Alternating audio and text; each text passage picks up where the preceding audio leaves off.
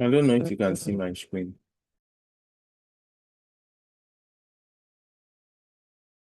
Yes, please.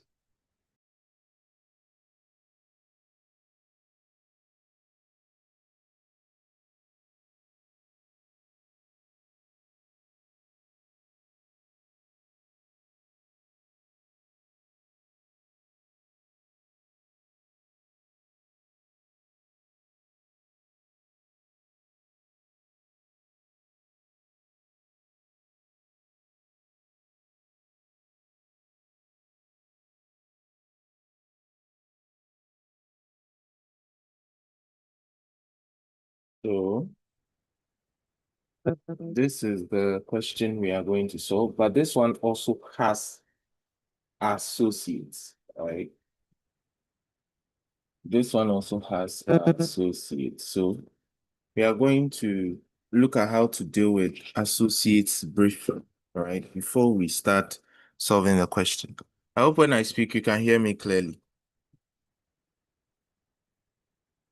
Yes, please. We can hear you. Yes, sir, we can hear you. Okay.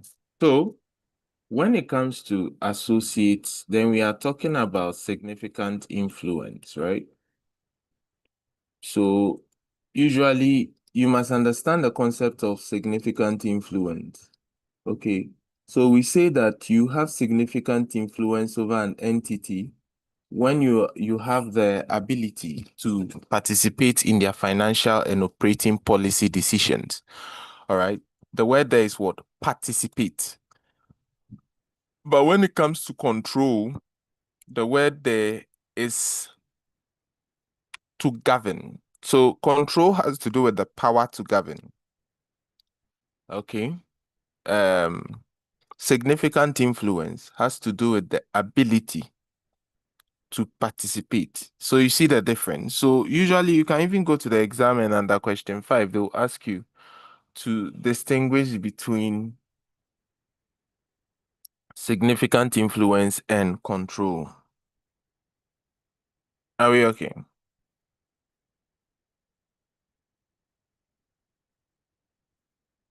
Are we okay? So Yes. you Yes, may, please. to have significant influence, you have to have 20% to 49% shares in a company before that company becomes your associated company. I get it. So the whole thing is that these subsidiary associate, they are all investments, right? Depending on the percentage, gives you the name. So if you own 50%, more than 50% of a company, that company becomes your subsidiary company, right? If you own 20% or more, up to 49% of a company, that company becomes what? Your associated company or your associate. Are we okay? So sometimes you can have less than that 20% and still have an associate. Is that clear? Is that clear? And those Yes. questions can come as theory. They'll ask you what factors evidence significant influence. Okay, so one, if you can have less than 20% shares, but still have an associate. Okay, so in exam, they can ask you what are the factors. Okay, they can ask you for factors that evidence significant influence. Okay, things that can show that somebody has what? Significant what? Somebody has significant influence, right? Even though the person lacks that 20% shares. So you can even have 1% shares and still have significant influence. One, when you have participation on the board of directors. Okay, so when you are seen to have participation on the board of directors, that is one of it. Two, when you have management personnel swapping. Okay, so let's say between you and that entity, you can swap management personnel, right? So when you have the ability to participate in financial and operating policy decisions, right?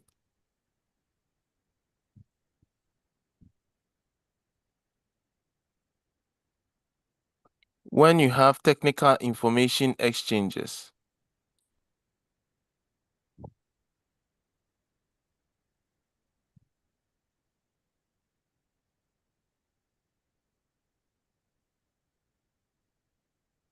So when you also have material transactions, right, with this investee,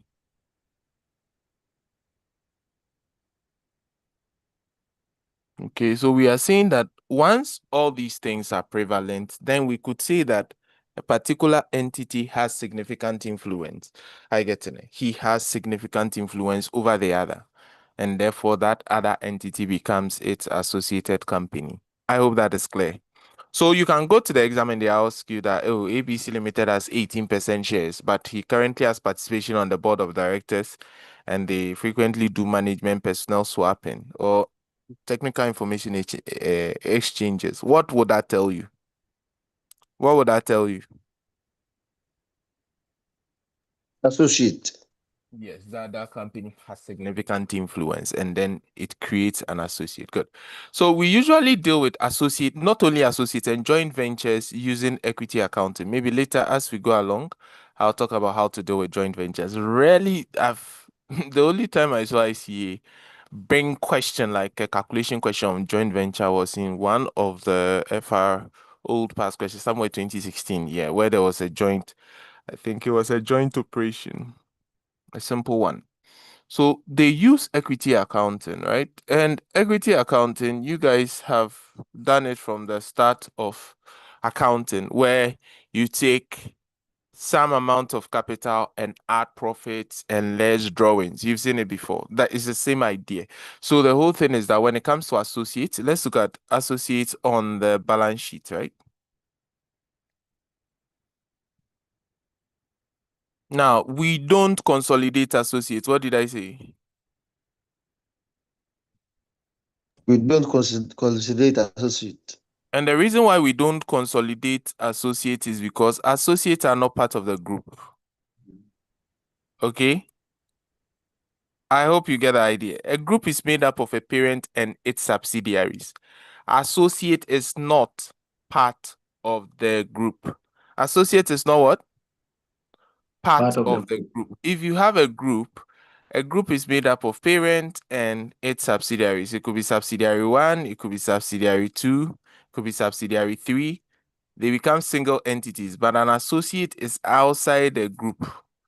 That is why we don't consolidate an associate. However, we do equity accounting for it.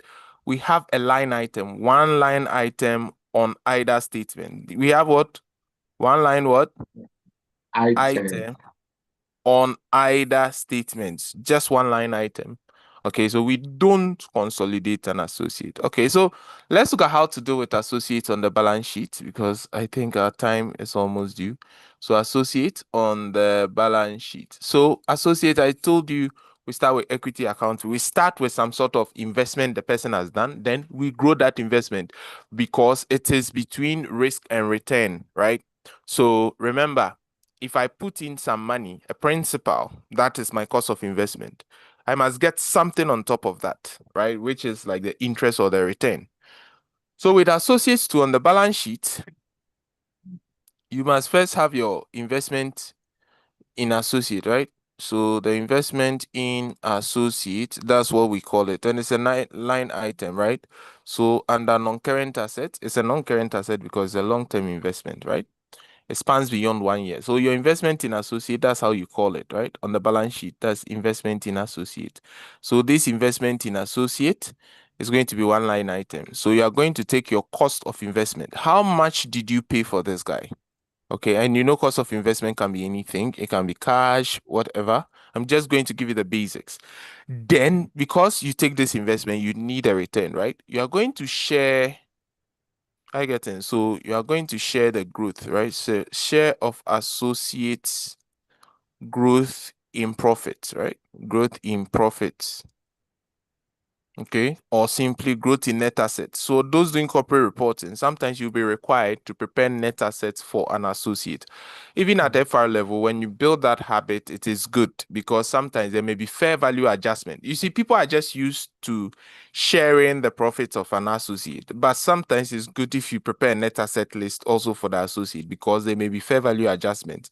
And if you are just used to sharing the profits, the day they will bring that fair value reduction, fair value increase, it will confuse you. So just get used to preparing a fair value, um, A net asset list for associates. Okay, so we have cost of investment. We have what? Share of associates profits, right? Okay. Now, remember that anytime you share profits, there are some things that can affect the profit, right? One, unrealized profits, right? So you can have unrealized profit share. Now, why do I say share and not the whole unrealized profit? Let me explain something to you. When it comes to associates are not part of the group, okay? So listen to the whole ideology between when you sell to an associate or when you buy from an associate. Look, this is an associate, right? You own, let's say, 30% of that associate. Okay, because remember, associate, I told you between 20% to 49% shares, right? Good. Now, if you own 30% of this associated company, someone else or some other investors own the 70%. Remember this. So let's say if you sell some goods and there's unrealized profit, it is just between that associate and this 30% that you have. To the profit that comes out of this sale, the other 70% people, it is actual profit.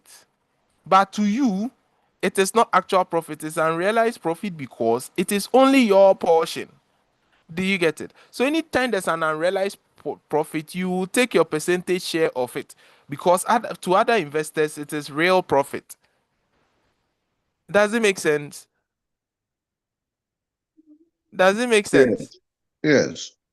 Yes, some people don't know why we take a percentage, and that is why we take a percentage because to the other investors, there it is real profit. If your associate deals with you, you have to take a portion of it. But to the other investors, it is real profit. Why is it real profit? Because they don't know you. Do you understand? Let's take it that way. All right. So whether it is a sale from you or a sale to the associate, you must know that with unrealized profit, it's simple. The whole thing is, first of all, you have made a profit that is not supposed to be made. You have to reverse it. How do you reverse it? In the balance sheet, all you do is that, remember, one person has added a profit to his profit, then the other person bought it plus that profit. So it will be in that person's inventory. That's the rule. So you must reduce the seller's profit. Okay. Reduce the seller's profit and credit to reduce what? The buyer's inventory. Okay. So this is the whole ideology behind unrealized profit. Okay. Reduce the seller's profit and reduce the buyer's inventory. Now, the associate inventory, everything, you paid for all of them in the cost of investment. That's the investment in associate. So if you are looking at the seller, let's say the parent was the seller's profit will be in the retained earnings, right? But the buyer's inventory, which is associate, is going to be in the investment in associate. You get the idea? That's all. This is how we deal with it. If it was the other way around, it was associate selling to the parent, then the same way, debit buyer's seller's profit. The seller's profit is the investment in associate because you see, he has a share of profit also here. Then where do you have the buyer's inventory? The group inventory, because the parent would have bought it and added it to his stock. So you go and take it there. So that one, you debit what? The cost of investment in associate, and then you credit what? The group inventory. Because now they have added it to the group stock. That's all. That's how we deal with this. Very simple. But always make sure you take your percentage of the unrealized profit. Okay, in the P&L, you can't cancel the sale because this is a real sale. All right. Why is it a real sale? Because it's not a sale that has happened between the group. We only cancel intra-group sales. Okay. But however, that unrealized profit, if it was realized, you are going to adjust the unrealized profit in something like other income. That's all. It's rare. They usually don't bring that, but I just want you to know how to deal with it. Please, are we okay? If you have any question, feel free to ask. We're there for you. Students don't like associates, so I'm taking my time for you to understand. Okay, so if there's any unrealized profit, it's an expense. I said it reduces your profit, right? It's an unrealized profit. Then if there's impairment, now listen, some people think that if there's an impairment, okay, they have to come and take a percentage of the impairment. Like, you have a 30% associate. So if there's impairment, you come and take 30%. No, that it is not true. Now, one thing you must understand about the impairment in the associate, okay, is simple. What does that mean? The impairment in associate that is given to you mostly in the question is your portion of the impairment. Did you get me? I said is what? Your portion of the impairment. Yes, so there's no need to take a percentage unless that is the full impairment of the associate. So if they want you to do full impairment, they'll give you the recoverable amount of the associate and give you how much you bought the associate for. So you can compare to the recoverable amount and know how much it has been impaired. Do you get it? Then you take your percentage of it. But usually the impairment they give you is actually what? How much your investment has impaired. Your investment, not the whole 100%. Your 30. So there's no need to apportion, right? Then finally, remember this is an investment. So if the person pays you dividend, it's like a recovery, right? Dividend received. So if you receive any dividend from the associate, that dividend received is going to what? Also reduce the investment. So this becomes right. The investment in associate that you, I hope you are writing. This becomes the investment in associate that you recognize in your balance sheet, right? Now on the P&L, it's that simple. It's just this.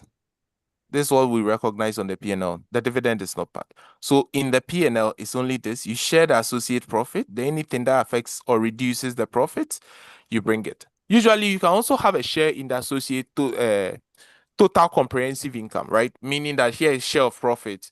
You can also have a share in the OCI. So if the associate also has OCI, you are going to have a share in the associate OCI. The same thing, just like you said, share of associate growth in profit here, right? If there's OCI, you say share of associate OCI. Then you also add it, but it's rare.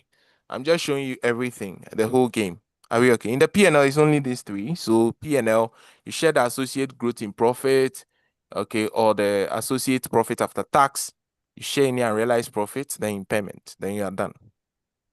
So let me just put P&L here so that you see the relationship. P&L, you are just sharing profit, you are taking out impairment and unrealized profit. Balance sheet, you take your cost of investment, share the profit, less impairment, unrealized profit, then dividend. You see the dividend doesn't affect P&L, it's a balance sheet item. I told you equity accounting, right? So that is it. Any question? Then let's take a question. It's almost 5. Yes, sir. Yeah, so Please, ask what your about question. if the question state that dividend paid, but they didn't stated that you received the dividend, but out of the profit, If it says dividend paid, what kind of yes, dividend? Was it the associate who paid the dividend? Was it the parent who paid the dividend? Or was it a subsidiary who paid the dividend? The question always says it. the parent, the associate paid the dividend. So if associate paid dividend, that means the parent has a share of that dividend because the parent invested, let's say, 30% in that associate. Okay. So the same way, you come and deduct the parent's portion of that dividend from here. That's all.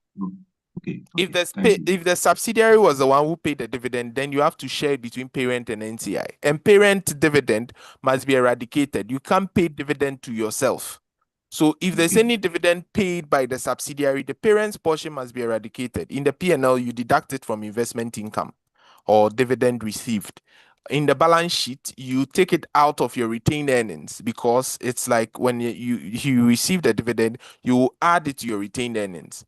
And you can't pay dividend to yourself, so you must eradicate it. The same as finance cost. If I give you a loan, if the parent gives a loan to the sub or the sub gives a loan to the subsidiary, the finance cost must be eradicated because you cannot give loan to yourself. It's as simple as that. Okay, All sir. right. You're welcome. Alrighty then. Let's see. What are we expecting? This question is heavy. Oh, I love it. So what are they saying? Prepare a consolidated statement of financial position as at 31st December 2014. Prepare consolidated statement of profit or loss and other comprehensive income for Fumba Limited Group. Okay, so we've seen that. All right, now we read. On 1st January 2014, Fumba Limited acquired the following non-current investment in the capital market. 3 million of the 4 million equity shares in Kamara Limited by exchange of 1 share in Fumba Limited for every 2 shares in Kamara Limited plus 1.25 per acquired Camara Limited share in cash. The market price of each Fumba Limited share at the date of acquisition was 6 cedis, and the market price of each Camara Limited share at the date of acquisition was 3.25. Okay, we've seen that. 30% of the 4 million equity shares of Where Limited at a cost of 7.5 per share in cash. Only the cash consideration of the above investments have been recorded by Fumba. In addition to 500,000 of professional costs relating to the acquisition of Camara, are also included in the cost of investment. The summarized draft financial statement of the three companies are as follows. So we have this already. So we have an idea as to the statement. So I told you, anytime you are dealing with financial statement preparation, you always remember what? Oral. What did I say? You remember what? Oral. Yes. So it doesn't mean Hey, is it the oral? it doesn't mean you are doing only Conso. It applies to all statement preparation, right? 1, you open the required account and you leave them blank initially. You read the footnotes quickly and pick your easy marks just to understand the question. Then you do your adjustments. I get it. Then finally, line by line, you solve. By then, you would have fixed in your easy marks already. This trick works magic. It has always worked magic for me. So I always use oral to prepare all my accounts. You open the required accounts, then you leave them blank initially. Go through the question, pick your easy marks and fix in. That's the R. Read your question quickly, picking easy marks. Then your adjustment in order of priority, the ones you can do. It doesn't mean you have to start. Some people, if they don't do note 1, they can't go to note 2. No, it's a wrong strategy. Doesn't make sense. So you do the ones you can do, adjust the ones you can do, then line by line, you solve and fill in the loopholes. So that's how we go about that. Did it make sense? Did it make sense? Yes, sir. Yes. Yes, sir. Yes. So let's first start with our Fumba group. Okay. So we write Fumba group. Consolidated statement of profit or loss and other comprehensive income for the year ended 31st December 2014, right? Then you bring your currency, reporting currency, right? Please, I hope you are writing alongside or you are just cruising and chewing morning chips. The last time I someone put on his video and there's heavy banku in front of him and with chilled coke and he's listening to lectures and he's saying I said, wow, cinema. So we have consolidated statement of financial position as at, so remember the balance sheet is a snapshot at a point in time, as at 31st December 2014, right? Then you bring your reporting currency, okay? So oral, open required account, leave blindly or leave blank initially. Now my next page, you see all of them were started on a fresh page. In exam, always start questions on a fresh page. Any statement start on a fresh page, all right? So this oral works for all accounts, even if our next meeting, once we finish with the final, these are like the final aspects of consolidation. We'll do a cash flow statement of cash flows. I think that'll be next Monday or possibly, I don't know. Usually, I meet you guys on Mondays and Tuesdays for MA, right? Mondays for, and some days I'll meet you for corporate reporting too. All right. So we first start, the most important working is always a group structure. We must know how the group is structured, right? Or the level of control. So you can call this the level of control or you can call it group structure, right? So that's the first part. So group structure or level of control, either is accepted or control structure.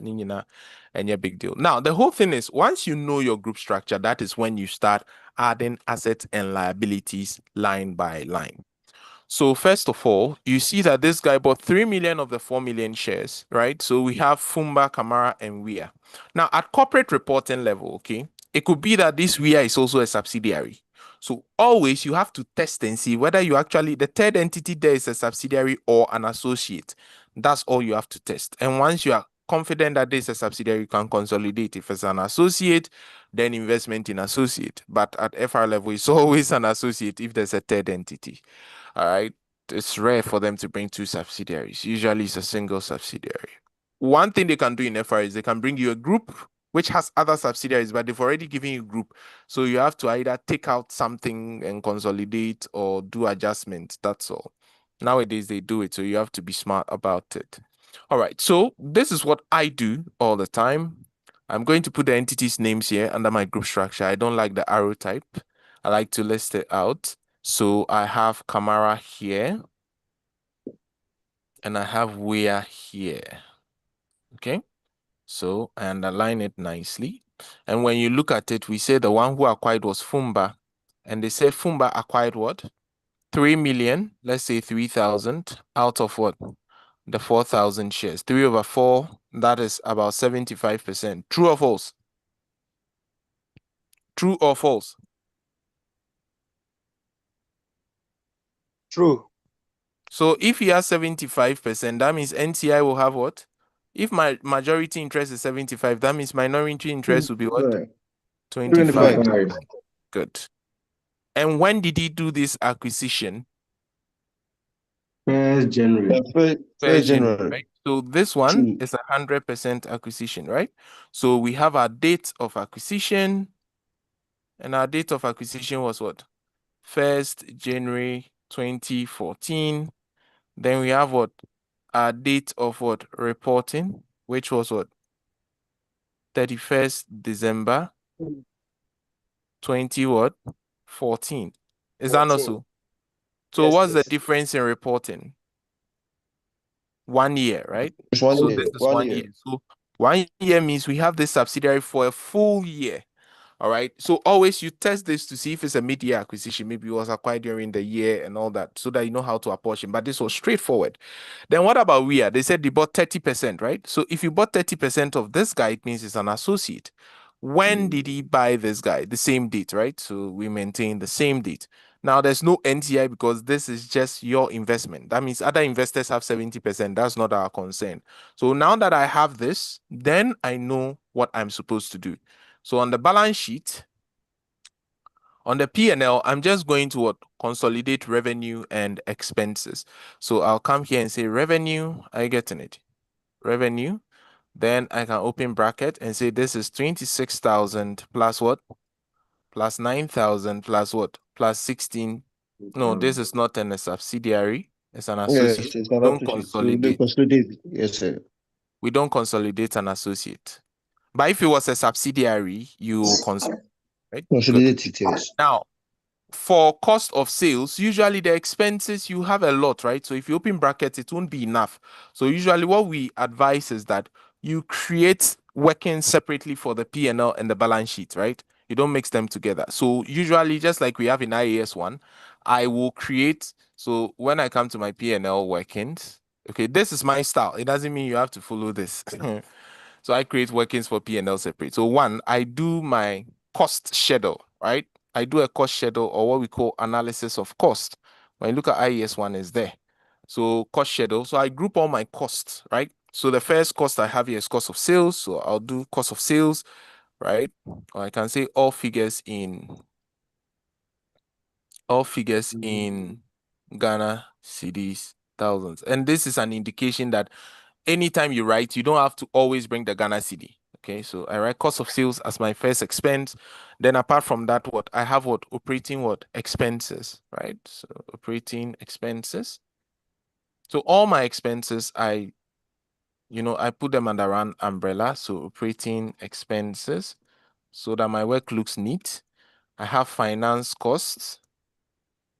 Then I have taxes, right? Income tax. You see how I've done the working. So in that case, I just pick them, parent, right? Or Fumba. Okay. So Fumba, cost of sales was what? 13,000. 13,000. Then Camara. 4,000. 4,000. See how I do this schedule. You can do the same for all the items, even revenue, so that when you adjust, it's easier. Then come to operating expenses. This guy was what? 2,000. And this guy was 1,004. 1,004. Okay. Come to finance cost. 1,250. 1,250. And this guy Then 200. 200. Then taxes. 1,400. And then And 500. 500. You see how this is very easy. So if there's any adjustment, you adjust it vertically. But if you open brackets, sometimes the adjustments are too many. Makes your work very clumsy. Do you understand?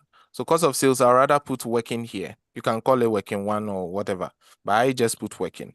So from there, I have what? My gross profit. I believe we are all following. So once I Yes, have my sir. gross profit, you see that there's operating expenses. So gross profit, we have operating expenses. Operating expenses. Then other income, profit on sale of plant. This one will be eradicated. So you can decide not to bring it there. But if you write it there, then you show a minus and take it out. No problem. I get in it. But because you can't sell to yourself, you can eradicate that profit by showing a working and showing why you didn't bring it anyway. Do you understand? So earning before interest and tax. So we have earning before interest and tax. And do you know why this was not profit before interest and tax by earning before interest and tax? They are not the same. People think earning before interest and tax is the same as profit before interest and tax. It's not true. Slight difference. You see here, there was other income. Yes. You can see. Yes. So you see now it's earning before interest and tax. If there wasn't any other income, profit before interest and tax. You know, some people will not understand. They'll come and fight me. Okay. So we have finance costs. Usually when you add investment income to gross profit, it changes it. Okay, so finance costs. Finance costs, we say we'll do working, right? Just like operating expenses working, finance costs working, right? So that we don't open bracket, we already have that. So from there, we come and have what? Our profit Before tax. before tax. But one thing is that after our earnings before tax, right? What we can do here is that we can bring the share of associate profit, right? Because there was an associate, so share of associate profit after tax. Okay, associate profit after tax. Then we say what? Working. All right. Then we bring our what? Our finance cost. Finance cost working. Okay. Then profit before tax. Profit before tax. Then we have our tax or taxation. That one to remember, we went to work for it. Then we go down, down, down. Then we have what? Profit for the year. The year. Profit for the year, or you can say profit after tax. So profit for the year. Then we have other comprehensive income.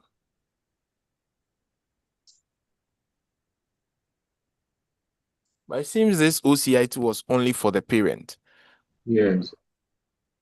So other comprehensive income. So we have 400 plus 0, right? Okay, then we have our total comprehensive income.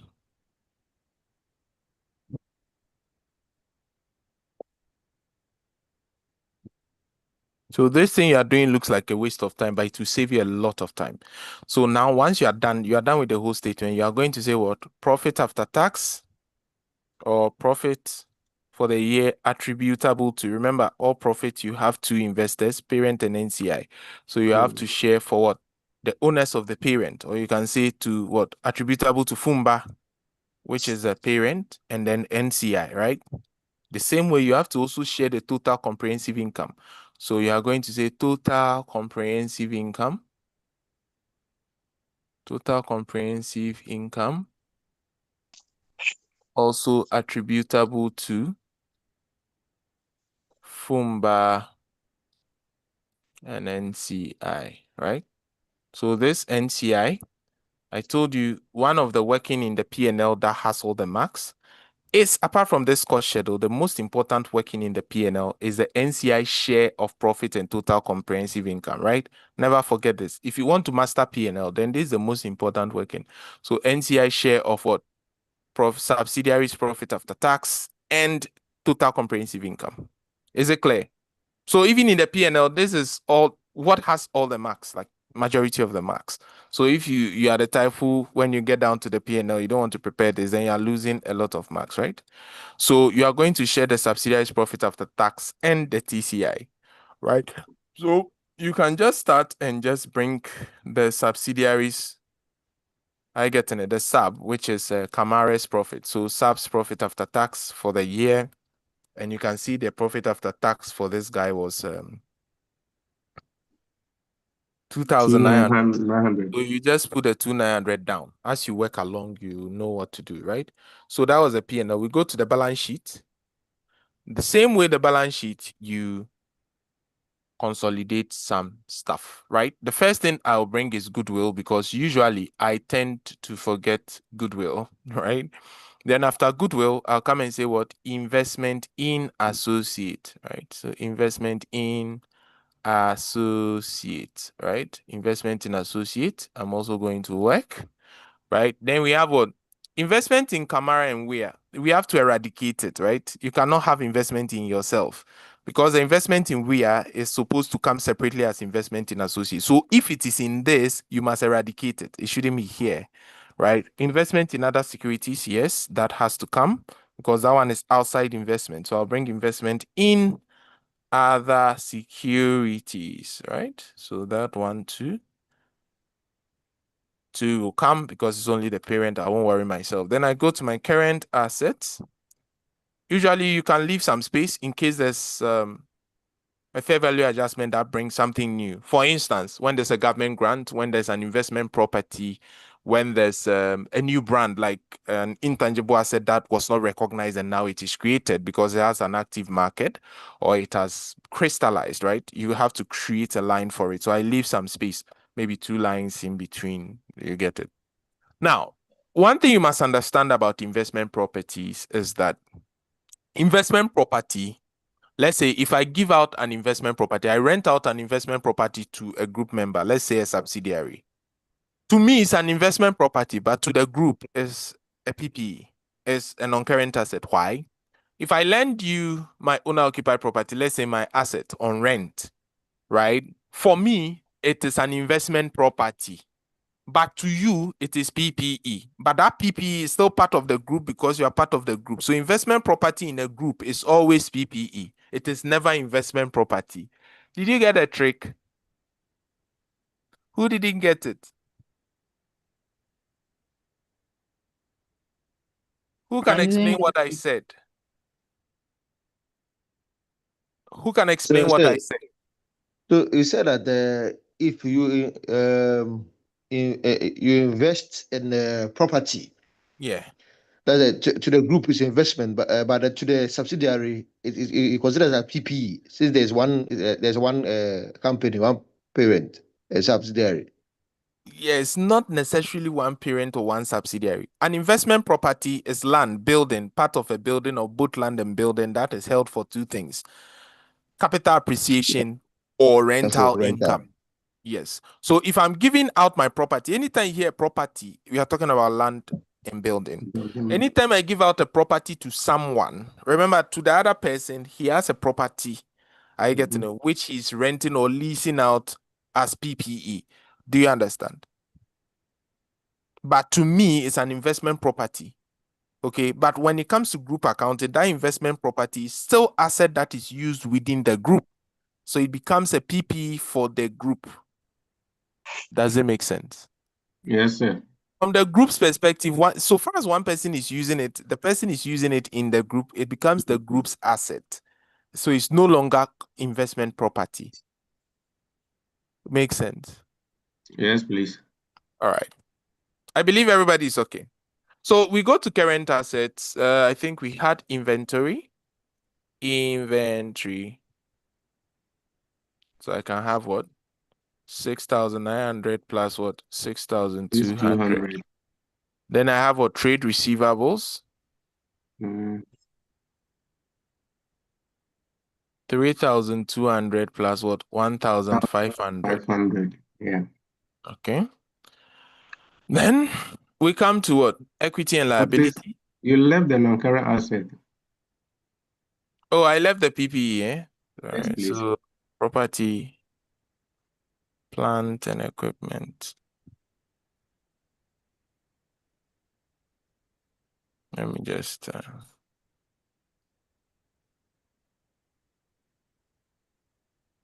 so 18,4 plus 10,4, right? 10. Yeah. Okay. So equity and liability. So start with equity.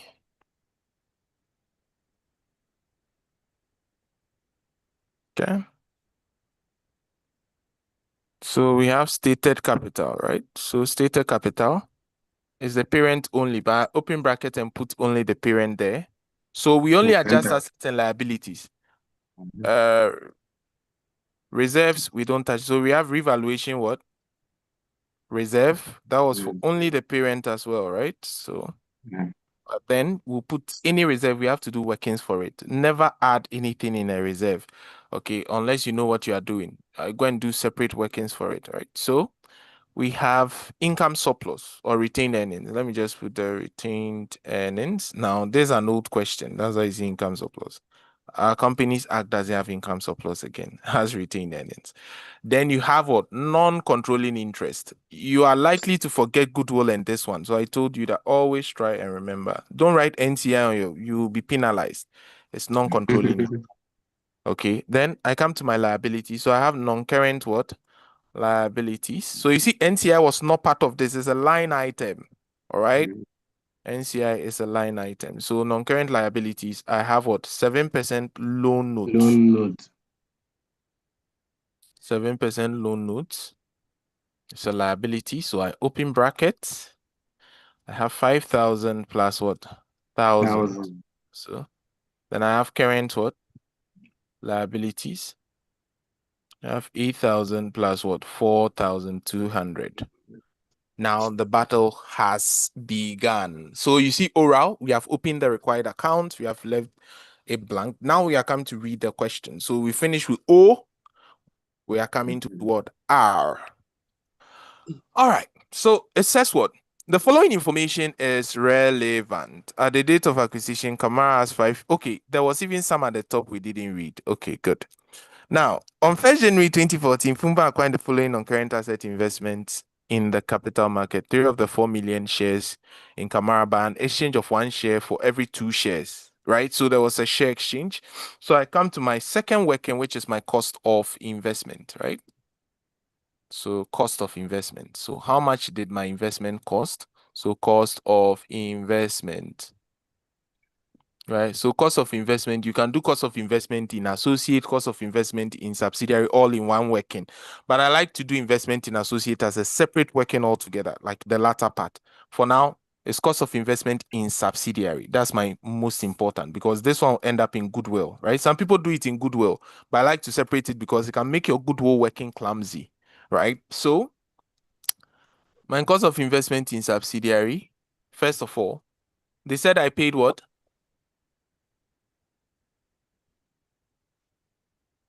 3 million. Okay. We did share exchange, right? So first they said we did Yes. exchange by issuing what? Every 3 2. million so every 1 share for 2. 1 share for 2, right? one So we of bought 3 million shares. That's the subsidiary shares acquired, right? So out of these Yes. 3 million Yeah. shares, how many shares am I giving in return? So you bought 3 million shares and you are giving 1 new share for every 2 that is in here. That means you issue 1,500 new shares. But at Yes. that date, how many of your shares are you issuing at what price? Fumba Limited's market price per share was what? 6 cedis. And the market That's at price that is date. of 60. Yes. So you always use is a parent shares that is going to issue, right? So 3,000 divided by 2 by 6, that means that is 9,000, okay, or 9 Yes. million. So this 9,000, remember, you have issued shares in exchange for the subsidiary shares. So you have issued shares, so it increases your share capital, right? Yes. So increase share capital, right? To increase your share capital, but we are debiting it here. So you debit your cost of what? Investment with this 9,000. That's what you see here. The credit must go to what? Share capital, right? Capital. Yes, sir. With the 9,000. But here, that is because we are in Ghana. Our shares are of no par value. If it was a foreign question, right, or an international question, then only 1 CD will go to the share capital, right? Then the rest will go into share premium. That's the 8 CDs, okay? But here is stated capital, Ghana. So there's no need to do any share premium, whatever. Do you understand? Yes, sir. Okay, so credit stated capital. Yeah. So that is it. All right. So that was the share exchange. And then apart from so far as you said this Well, must credit. Yes, a please. question. Is it Yeah. always advisable to, do the double entry after the No, you can do apportionment? it elsewhere. Oh, okay. Yeah. Okay. I'm just Thank you. explaining to you so that you understand the basics. Oh, okay. Yeah. I hope that is clear to everyone. Yes, Yes, sir. please. Good. Now, apart from that, they said he also paid 1.25 cash, right? So cash consideration, he paid cash. So one thing I keep telling people is that you are never required to do a cash entry in any accounting exam unless it's financial accounting. At reporting date, you don't do cash entry. It has already been done. So cash, what do we do? They said it was what? I bought 3 million shares, right? At what? Yes, sir. 1.25 per share. 1.25. So what do we get as our cash consideration? 3750. 3750. Thank you. Then look at where it gets interesting. In addition, 500,000 of professional costs relating to acquisition of Camara are also included in the cost of investment. What do we do with professional costs? I explained it the last time. I told you anytime there's professional costs, what do you do? Transaction costs. You expense it. Thank you. So professional costs are not supposed to be here. They are expensed. So that 500 is supposed to be taken out and expensed. So this one we are going to debit professional costs in the P&L. Professional costs in our P&L. So I'll put it under operating expenses. Then I'm going to credit to reduce my cost of investment, right? So it's like this 500 will be expensed and taken out from cost of investment. And this is the 500 I've taken out. So where are my expenses? Expenses, where are you? I come and say, okay, so professional costs, right? I'll expense it. But here is where it gets interesting. Was the acquisition this same year? Yes. Yes. It was this same year, right? Good. So if Yes, it was please. this same year, that professional cost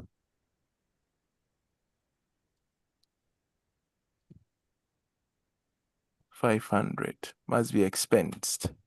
If it was a different year, then that expense will be affected in only the retained earnings. But here we'll put it here and also affect what? Our consolidated retained earnings, because the profit item reduces the profit.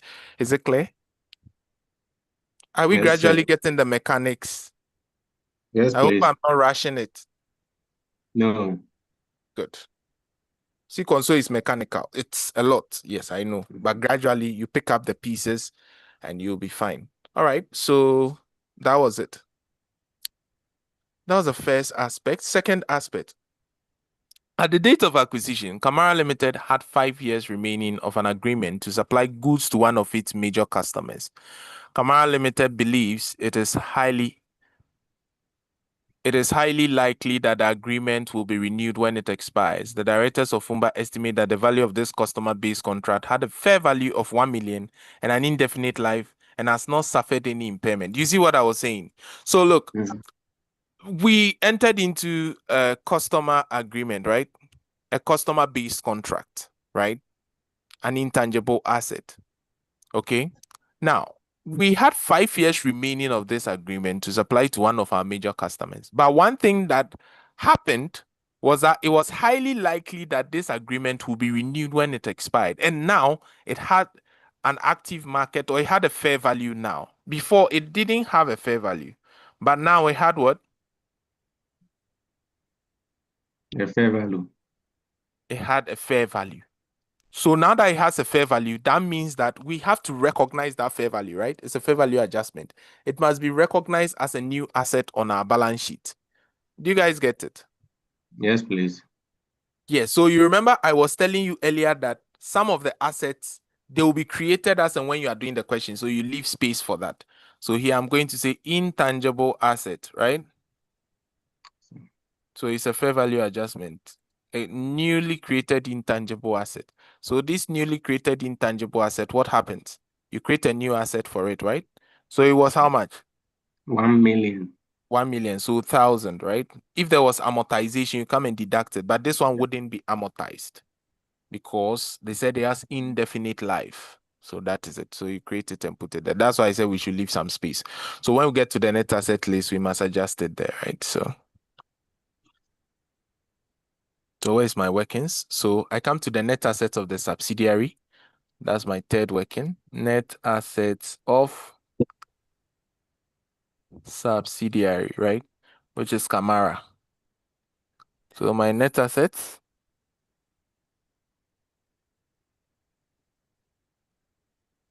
So I'm going to do net asset at my acquisition date, which is 1st January 2014, and net asset at reporting date, First. 31st December 2014. All right, so I told you that if you don't want to be bringing this Ghana cedi, just write on top of the question when you are working that all figures are in thousands of Ghana cedis, right? So what are we going to do?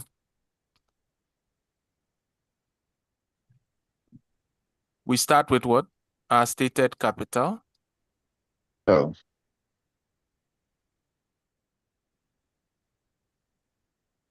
What was the subsidiary stated capital? 4,000, right? 4,000. Yes. So remember, this one is the same as the balance sheet. So anything that happens here must also happen on the balance sheet, right? Good. Then we have what? The retained, right? If there was any other reserve, you would have brought it. But here lies the case. We only had retained earnings or income surplus. So that the subsidiary had. So 8,900, right? Okay. But remember, this is P&L. I told you a shortcut for you to get the retained earnings at acquisition. Who remembers? How do we get the retained earnings at acquisition? I told you take this closing retained earnings and less your portion of the profit after tax. Do you remember? But Yes, here please. you had the whole 12 months, right? Of the Yeah. profit Yeah, 1 because year. you started in January. Yes. So the whole profit for the year, which was 29, you had what? The whole of the 29. So if the person made 8,9 at the end and there was 2,9 that came to add up, that means before this 2,9 came, the person had 6,000. You see how easy it is. So if Yeah, it was 9 6,000. months acquisition, it would be 9 on 12 minus this. So 9 if you by pick it 12. up, Yes. you are going to get the one that was there before you came. Do you understand? Yes, sir. Good. So that was it. So apart from that, we had a fair value adjustment, right? For the intangible asset, fair value adjustment for an intangible asset. Sir, please, Mhm. the calculation we did for retained earnings, assuming it was to be reserves, would you have done the Yes, same? you bring it. It's reserves. Yes. So Mm. mostly when they say reserves, the primary reserve is retained earnings. If you see just reserves in a question, it's retained earnings most of the time. Yeah. So it's the same. If you even have any other reserve, it's the same treatment. Let's say there was revaluation reserve, right? They only gave the closing one. The same way you are going to the OCI, right? The same thing. You come to the OCI, right? And come and see the OCI there. So you take your 8.9 minus your percentage of the OCI that you contributed. Then you put it there. It's the same principle. Retained earnings is a realized reserve. OCI is an unrealized reserve. What does it mean? OCI is a secondary reserve. That's not your main intention. So let's say if you buy, look at this. If you buy a property, right? Your intention is to use the property, not to recognize its growth, not to immediately sell it. So that's a secondary objective.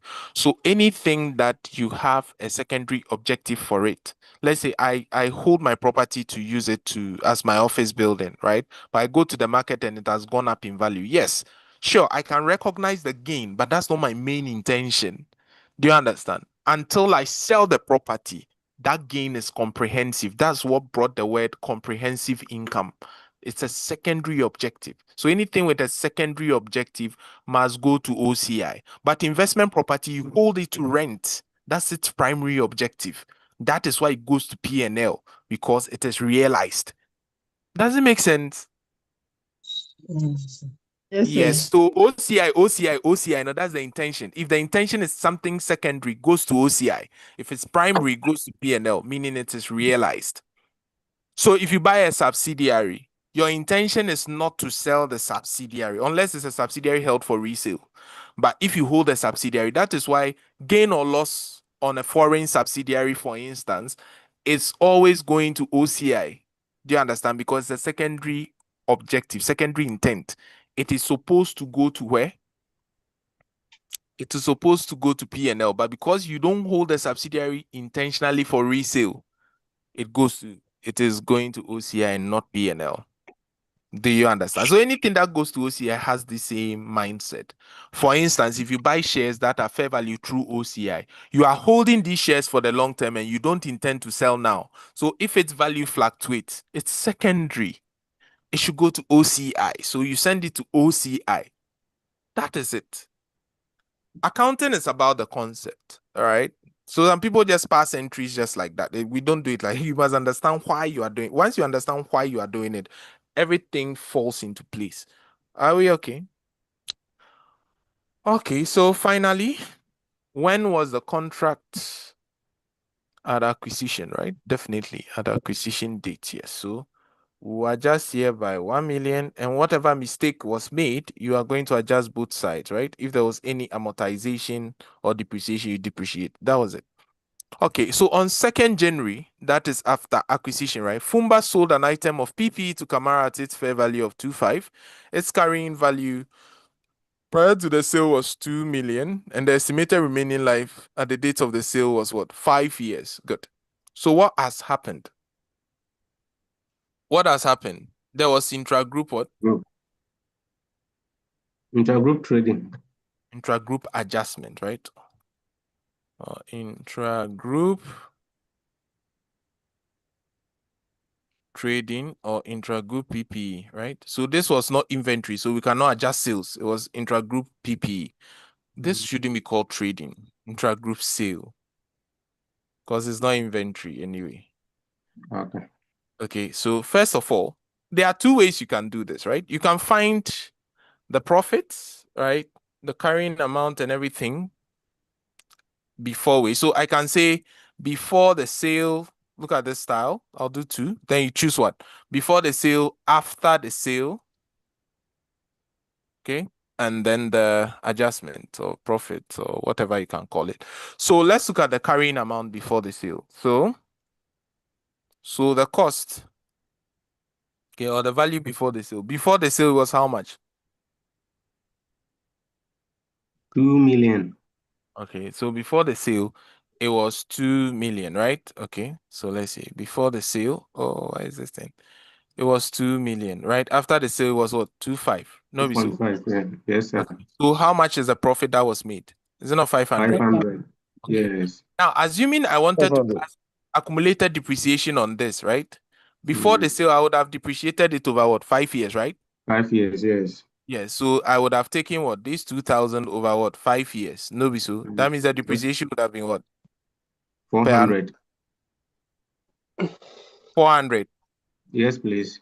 Okay. But what about here? After the sale, if I'm depreciating it, I would have depreciated 2.5 over what? 5 years, which is how much? 500. 500. Okay, look at what has happened. Among the depreciation too, there's what? There's a difference of how much? 100. 100. A difference of 100, right? Good. Sir, Yes, please. why is it 5 years? I thought 1 year is already gone. Why is 1 year already gone? We bought this subsidiary in 2014 and we are preparing account in 2014. Okay. So where is the 1 year coming from? So it's okay. You get it now. Yes, sir, thank you. All right. You're welcome. So carrying amount 2,000 minus 400. 1,006. 1,006, right? Okay. And then Yes, 2.5 please. minus 500. We'll give you 2,000, 2,000. right? Yes. So what is the difference? 400. 400. 400, right? 400, 1,006 minus 2,000. What is it? That's 400. It's actually a negative 400. Why? This Okay. profit is supposed to be eradicated. This depreciation is supposed to be added back. What do I mean? Let's explain. You see, I'm supposed to have recorded 2,000 in my books, but I recorded 2.5. Do you understand? So that 500 must be taken out. That means I over depreciated the asset. I was supposed to have depreciated the asset at 400, but I depreciated the asset at 500. So I over depreciated. So that extra 100 must be added back. Do you understand? So the unrealized profit that needs to be recognized is this 400. Hello? Where we do, sir? Does it make sense? Yes, please. Good. So that is it. So in that case, just like I told you, you are going to debit the profit of the seller and eradicate this. Are we okay? From the group PPE. That's all. Okay, but then what's the alternate method? So I'm just going to first find the unrealized profit itself. So what's the unrealized profit on this? Okay, this method That's two. different. You there? 500. Yeah, so the unrealized profit 2.5 minus what? 2,000, 2,000. right? So the profit is what? 500. 500. And it is because of this extra profit that I over depreciated the asset. Is that not so? Yes. So because of this, what is the excess depreciation on this? So the excess depreciation is just taking this 500 500 and over dividing by 5. 5 years. And that is what? That is 100. 100. 100. So if I take it out, I have 400 as my what? My unrealized Unrealized profit profit. on PP. That needs to be what? Adjusted. So whichever method you go, this is the understanding, right? So which one do you prefer? The second one. The second one, eh? Okay. All right. So first of all, when we go to the P and L, the P and L, you see that there was plant, profit on sale of plant, this 500, okay? But you see, I didn't bring a mini, I eradicated it already.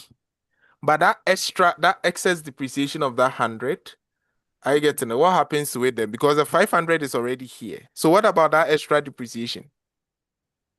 What do we do to it? Because they've recorded only the 500. That means there's 100 left.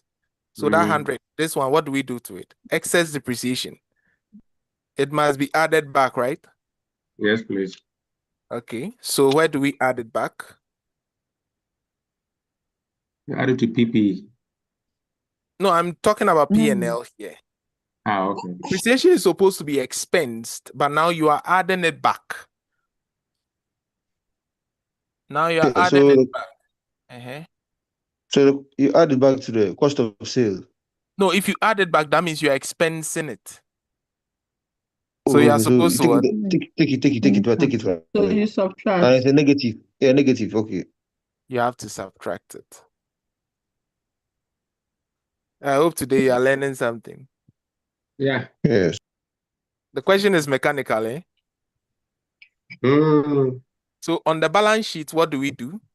We must debit to reduce the profit of the seller. Okay, seller's profit. And then we credit to reduce what?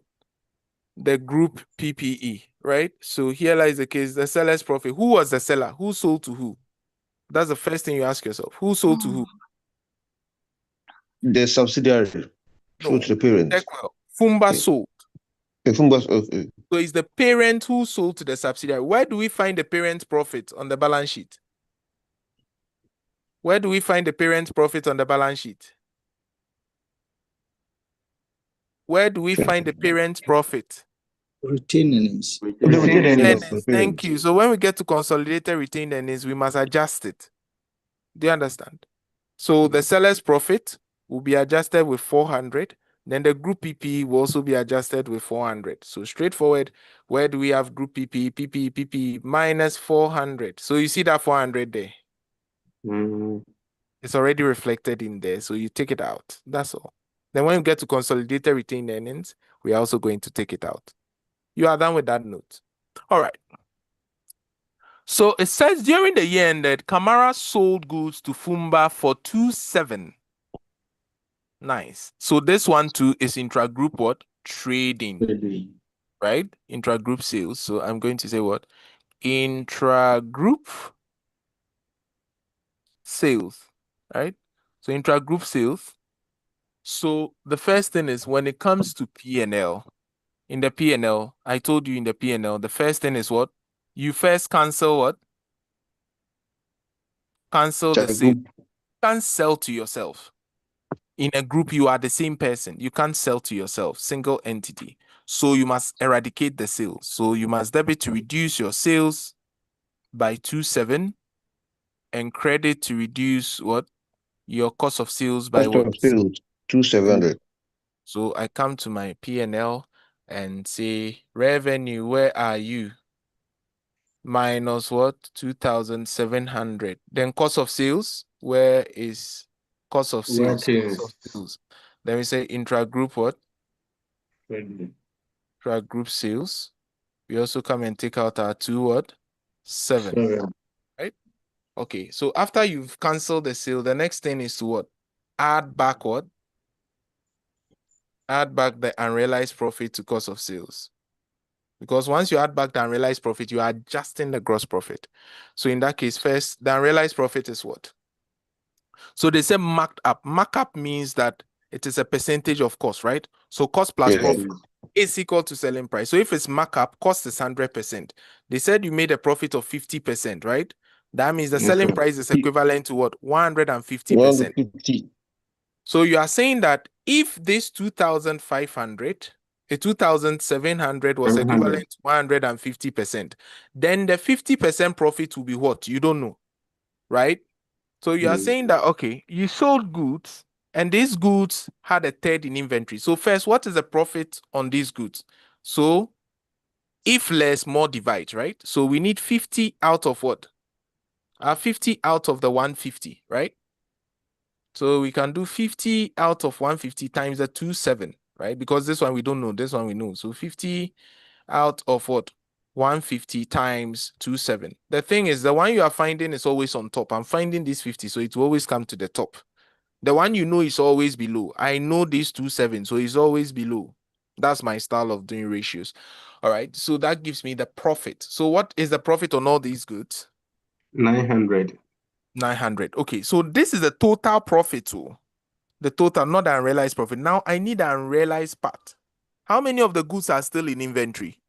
1/3. So we are saying that, okay, then if 1/3 is in inventory, then 2/3 profit is realized. So this 1/3 in inventory, we have to recognize it, and that is 300. True or false?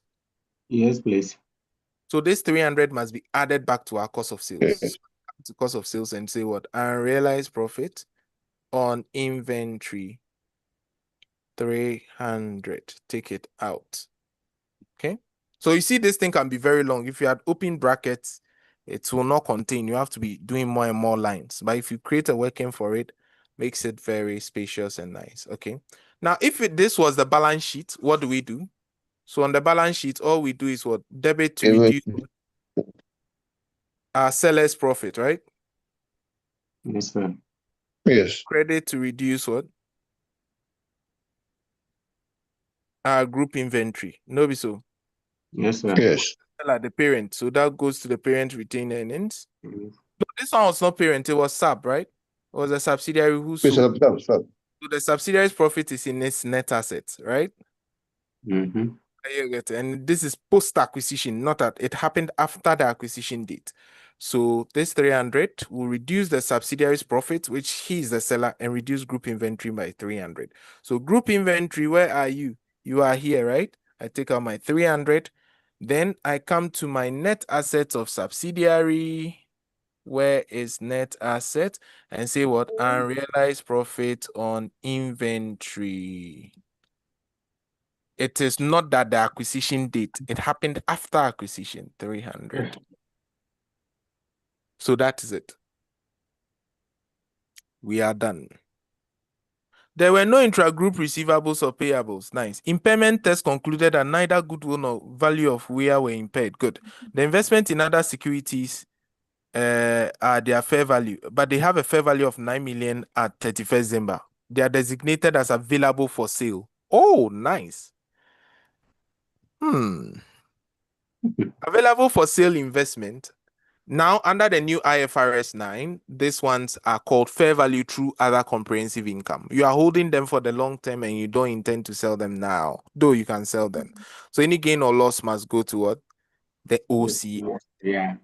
So they've already told you about these investments and they are telling you that now their value is worth what? 9 million. 9 million. But on the balance sheet, they were worth what? Let's go and check and see. They were worth 6.5, right? So 6.5, and now they are worth 9 million. That means how much will come to add up to it? Is it not 2.5? 2.5. Yes, please. That means this 2.5 is the fair value gain, right? To Yes, sir. OCI. So when we get to OCI, we are going to add, let's go and check. OCI. You see? OCI. We have to go to OCI and then go and add plus what? 2.5. 2.5. That's 2,500. Right? Okay. The question is mechanical, eh? Mhm. Very, very, very, very. So no dividends were paid during the year. Oh, they should have brought dividend. It is group policy to value NCA at acquisition at fair value. Purpose of the share price of Camera should be used. Even if they don't tell you, that's what you use because they say fair value. Okay, so now that we know there's no other working to be done, we just close our expenses off. Then we recognize them. So let's add up. Let's add up. So 13,000 plus 4,000 minus 100 minus 27 minus 300. 200. I have 13,900. Is it correct?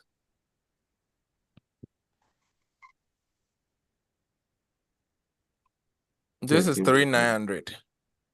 4,000. This is 1,450. And this is 1,900. Is it correct? It's confirmed. Yeah, 13,900 for the first one. Okay, so cost of sales, we have 13,900. So we go there and say cost of sales 13,900. Okay, so our revenue, that's 26,000 plus 9,000 minus 27. 32,300. 32,300. Okay, good. So I even thought we are done. Oh, we are not done. We have other working. Share. Goodwill. I forgot, crowd. Goodwill. Let's go to our goodwill. We already have our cost of investment, don't we? So goodwill is your cost of investment from working 2 minus your net asset in working 3. Do you understand? That's why I do them like that, so that they go in a chronological order. So cost of investment minus net asset at acquisition, right? So good. So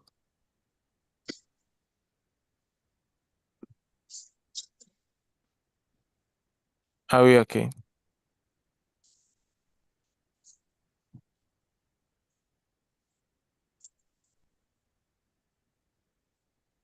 Are we okay? So let's go to our cost of investment. I believe we had our cost of investment. Where is it? Okay. So this was our cost of investment, right? So 9,000 plus 3,750 minus 500 professional fees. 12,250, right? 12,250. So this is the cost of investment, right? 12,250. So we go here. Let's get our net assets too. So net asset, we have 4,000 plus 6,000 plus 1,000, 11,000, right? Yes. Then we have 4,000 plus 8,900 plus 1,000 minus 300. That's 13,600, right? Okay. So when I met you, you were 11,000. Now you're 13,600. I deserve a share of the growth. True or false? Yes, sir. In the net assets, that is 13,600 minus 11,000, right? So a share, that's 600. 2,600, right? So this 2,600, I need a share. Do you understand? So in that case, goodwill, we start with the cost of investment in the parent. So cost of investment by the parent, cost of investment by P, that was how much? Yeah, normal. 250. 12,250, right? Okay. Then we have fair value of NCI at acquisition. Was it given in the question? Yes. Was fair value of NCI given? Mm. How do we get it? You see, sometimes it's hidden. Look, Mhm. the parent bought 3 million of the 4 million equity shares, right? This question looks interesting. 3 million. That means NCI bought how much? That means NCI bought 1 million shares, right? 1 million. Sure. Yes. Yes, because if parent bought 3, you bought 1. But the Camara's share at the date of acquisition was 3.25. So 2.25, yes. you just multiply by the 3.25, and that's 3,250. Mebwa. 50. Yes, sir. You see how now you got the value of NCI. Most questions give it to you straightforward. Here you had to go and what? Look for it and multiply by the shares. And they even gave you a clue. Even if they didn't give you and they say it's fair value, that's how you do it. So this, Sir, question. yeah. Please, why didn't you also multiply by the NCI's 25% of share? Why did we? I don't get You your said the question. NCI has 25% of the shares. So why didn't you multiply it by the 1,000 by the NCS market share by the 25%? Please look at it well. The parent bought 3 million. That is the 75. NTI bought 1,000, which is equivalent to their 25%. So if you want to find the 25, you would have done 25% of 4 million times 3.25. Then 25% of the 4 million is now the same as 1,000 that we are multiplying by 25. Oh, so yeah, if you do that, that means if you do like that, you get the same answer. Yeah. Yes, that is when you are Okay. using the 4 million. Yes. Okay, thank you. You're welcome, boss. Please, is it clear to everyone? Yes, It's sir. clear now. So we have 15,000. Yeah. 15,500. 15,500.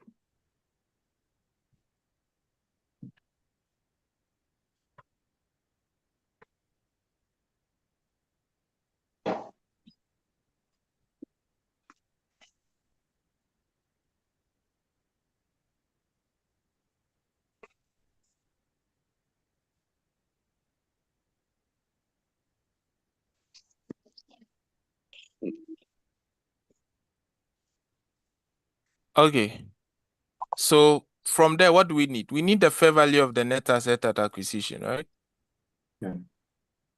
Fair value of net asset at acquisition. Yes.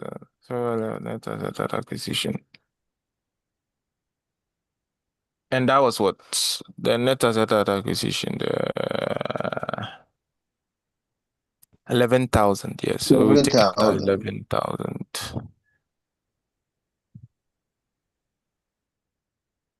So that gives us what? Is it 4.5? Is it 4.5? Yes, 4.5. So that gives us goodwill at acquisition, but there was no impairment, right? Since there was no impairment, the goodwill at the reporting date is also nil. This gives us goodwill at the reporting date. Remember, goodwill is a non-current asset. Remember, this purchase goodwill, right? It is separable because it arose out of a contract. So goodwill at reporting date is still the same 4.5. So on the balance sheet, come here and say goodwill 4,500. Okay, so where were we? So we are done with goodwill. The next thing was NCI. So non-controlling interest. So we go to a non-controlling interest. Non-controlling interest. We first start with what?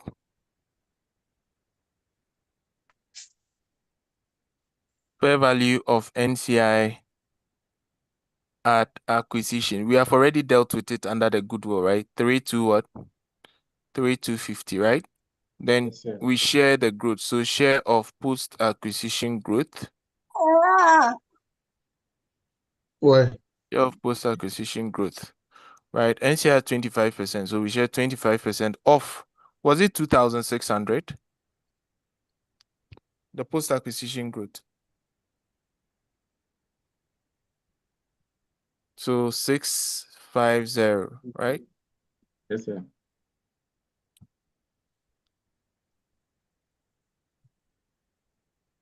All right.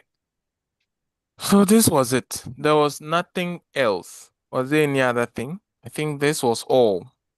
Was there any other thing that affected the NCI?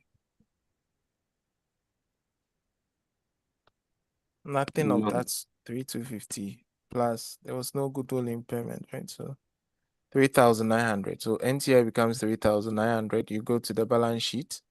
You go and look for your friend NCI. Then you give him his 3,900. Okay. Now I go to consolidated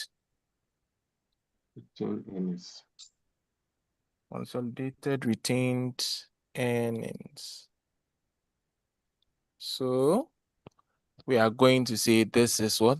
All of Fumba retained earnings. So Fumba's retained earnings. We're going to check how much was Fumba's retained earnings. So Fumba's retained earnings was 24 what? 24,850, right? Then we share the growth for Fumba the same way, right? But this one I have to adjust. First of all, the professional cost. Do you remember Yes, sir.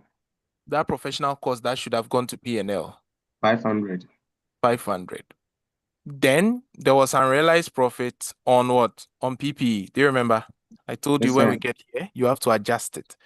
So you see, the retained earnings is still P&L, remember, just that the profit is already there. You have to go and adjust anything that is already in that profit, right? So if there was dividend to you, come and take it out here because that dividend is investment income. It shouldn't be, you can't pay yourself investment income. So the unrealized profit was 400, right? The one on the P, 400.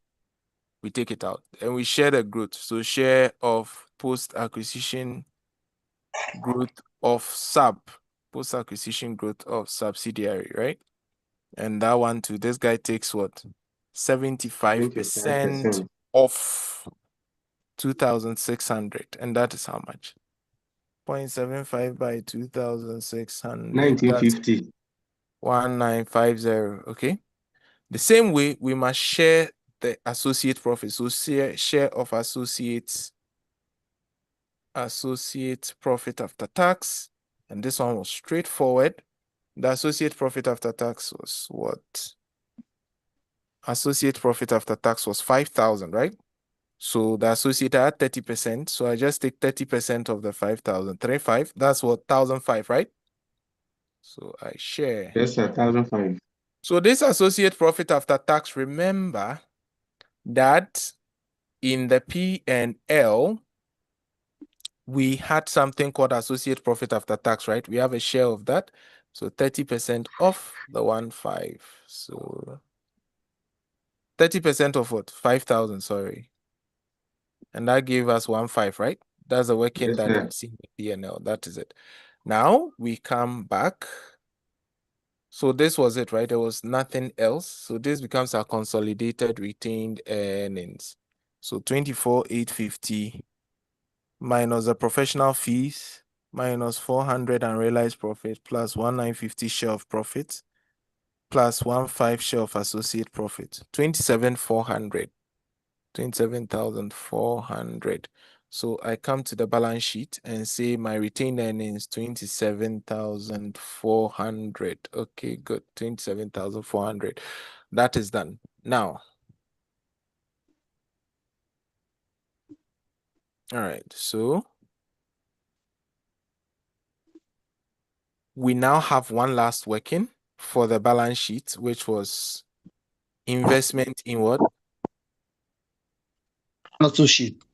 Investment in associate. So with our investment in associate, first of all, we start with our cost of investment.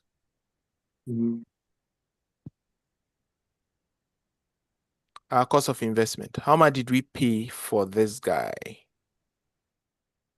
It's the equity shares for what? 750 per cash, right? Per share in cash. So the cost of investment in associate, this associate, we bought 30% of 4 million shares, right? Yes, sir. And each share we pay 7.5. Mm. So 0.3 by 4 million shares at 7.5. That's 9,000. 9,000. So we bought something for 9,000. Then the person made profit of how much? 1,005.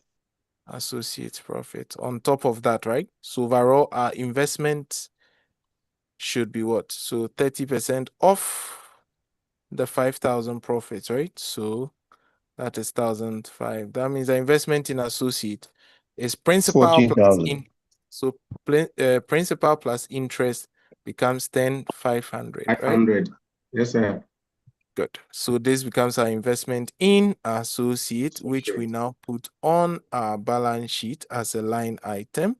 So where are we? Investment in associate, 10,500. Okay. So working number 8, consolidated. Say, hey, Chema, that's same cranny. Which other reserve is that? Also, Consolidated revaluation surplus or revaluation reserve. So the revaluation surplus 2 was there for the parent, right? Usually I put all my reserves together, but this is only the parent, right? So we start with what? 100. All of Fumba, Parent. right? Fumba had revaluation reserve of 400, right? Yes, sir. Then we had fair value gain on other securities. Do you remember? You remember? Other securities, there Yeah. was a fair value gain. It was Yes. 9,000, but before it was 6,500, right? So we had a gain of what? 2,500. So our consolidated revaluation surplus should be 2,900, right? We have already recognized it in that part of OCI. So consolidated revaluation reserve, that's 2,400 plus 25. I tell you about like about down this one. 2,900. Okay, so I believe we are done. So you just close everything off. Please, in exam, you close all brackets. Is that okay? That shows you have consolidated. So this one is still 1,000 plus 0, still 1,000, 1,000. Okay, so this one, 18,4 plus 10,4. 18,4 plus 10,4 minus 400. 28,400. 400. So this is 69 plus 62 minus 300. That's 12,800. 800. And this is 4,700, right? Yes, sir. Okay, then equity and liabilities. This is now 19,000 for this guy. Mhm. This is now 6,000 for this guy. This is now what? 12,200. 12,200 for this guy. Okay. Then the P&L to you go and close it off. So our gross profit now becomes what? 32,300 minus 13,900. That's 18,400, right? Sorry, 400. 4. Then you have operating expenses, which we've also worked for. Operating expenses, 39, Yep. 3,900, 39. Okay, so that's 14,500, right? 500. 14,500 plus 1,005. That's 16,000. 16,000. So finance costs. Finance cost was 1,450. 16,000 minus 1,450. 14,550. 14,550. That becomes our profit before tax. 14,550. Then we have what? Our taxation, Taxation. which was what? 19, right? 1,900. So we take out 1,900. So 14,550. 12,650. 12,650. So that gives us 12,650. 50. Okay. Then we have OCI now becoming what? 2,900. You see, that's exactly the 2,900 we had on the balance sheet. So our Yes, please. total comprehensive income becomes what? That's 29. 15,550. Yes, 15,550. Okay, so Yes, yes, we sure. have. So now we go and share the profits for the NCI and together with the what? Okay, so we go to NCI share of profit. Now, share of profit and TCI, the subsidiary's profit after tax was this. Was there any other thing that affected the subsidiary's profit? Yes. The only thing, there was no impairment, but there was unrealized profit on inventory. Do you remember? So this Yes, sir. unrealized profit on inventory affected the subsidiary's profit. And that was, I think, 300, right? So this was the only thing that affected. So it's adjusted, the subsidiary's adjusted profit after tax is Yes, actually 2,600, right? Okay. But was there any OCI? Nope. So that is still 2,600 for his total what? Comprehensive income. Okay. So the subsidiary's comprehensive income is still 2,600. So in that case, NCI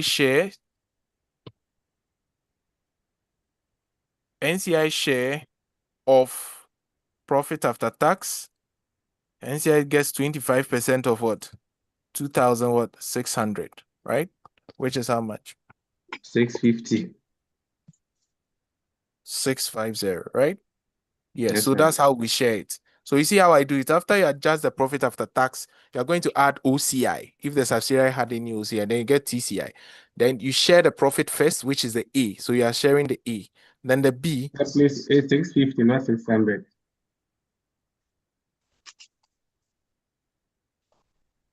then the B, we are going to say NCI share of total comprehensive income. So Okay. if there was some figure here, here is still the same. So it's 25% of the 2,600. It's still 650. Okay, 650, 650. So down here on the balance sheet, Profit after tax attributable to what? This guy is 650, right? Yes, sir. So if you deduct it from the 15,550,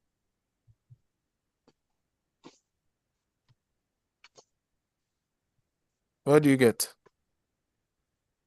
14,900, right? 14,900. So Yes, if you bring it 49. together, you should get back the 15,550, right? The same 550. way, if you no, I said it's not 14,900. It's profit after tax that you're looking for. Sorry. So what's the profit after tax for the group? Here we are sharing profit after tax first. Sorry. Let's go up. 12,650. It was how much? 4? 12. Okay, 12,650. Yeah. Okay, so it's supposed to be 12,650. So 12,650.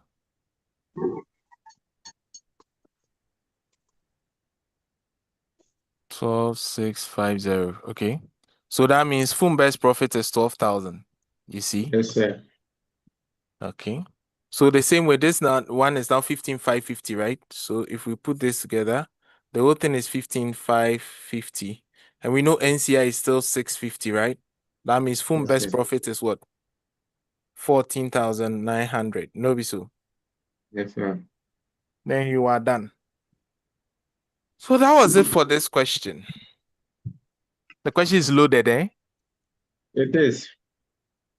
But it opened up a lot of things for you. Mm. Yeah. So, any final questions? So, are we okay with how to deal with associates now? And you're okay with consolidation with a single subsidiary? Please ask your final questions. It's 6 Please, o'clock. I have a question. Yes, boss. Okay, please, the unrealized profit that we send to the net asset list, can we choose to send it to NCI, then we deduct it from the NCI? NCI's portion. Yes. Yes. So whatever Okay. happens to the net asset, our time, we weren't even preparing net asset list. So we just, in the goodwill calculation, that's where we bring our net asset at acquisition, right? And come and deduct it. Then anything that happens to the post-acquisition date, we share between parent and NCI. Like the unrealized profit like this, we would have shared it in retained earnings, share of unrealized profit in consolidated retained earnings. Then we will also come and share it in the NCI. Okay. But okay, that was sir. a long method. That is why now we put everything in the net asset, and by deducting from the the net asset at acquisition, automatically you are sharing. That's why when you share the growth, you have shared it together with the net asset and all that. And I Okay, think that sir. is faster. Yes. Okay, So sir. me, if I like, I won't prepare any net asset list, but I'll still share everything and I'll get the same thing. Okay, sir. Thank you. You're welcome. Any question or we are good to go? Sir, please, the 2,600 for the post-acquisition subsidiary, where was it? 2,600 from where? When we were sharing the post-acquisition of the subsidiary, Mm-hmm. the 2,600. Where is it coming from? Yes, please. Oh, it's the subsidiary, the growth in the subsidiary's profits, the net asset. Oh, okay. Thank you. Yeah. So when we did net asset acquisition, net asset at the reporting date, the difference. So you see, Okay. 13,600 minus 11,026. That's what we're sharing. Yeah, thank you. You're welcome. Please, is that all? Yes. Please, is that all? Yes, All sir. right. Thank you. That is fine. I believe everybody is fine. How was today's session? Yeah, very interesting. All right. Fantastic. Good. All right, then. Those doing MA, I'll see you tomorrow for management accounting. Tomorrow we'll be doing variance analysis and work back variances. All right, so I'll see you tomorrow. Have a good day. This video is Please, streaming Yes, live. sir. It's streaming live on YouTube, so you can have access to the video right after the class. All right. Okay, so please, yesterday's FR, he said he will, on the revenue, on the contract, he said he will send the video to you so that you post it on YouTube for us. Okay, okay. So I'll talk to him so that he All sent. right. All right. All Yeah. right. Thank you. Okay. Have a blessed day. Same to you, Prof. Same to you, Good sir. evening. Oh, it's Prof's Training Solutions. The YouTube channel is Prof's Training Solutions. All right.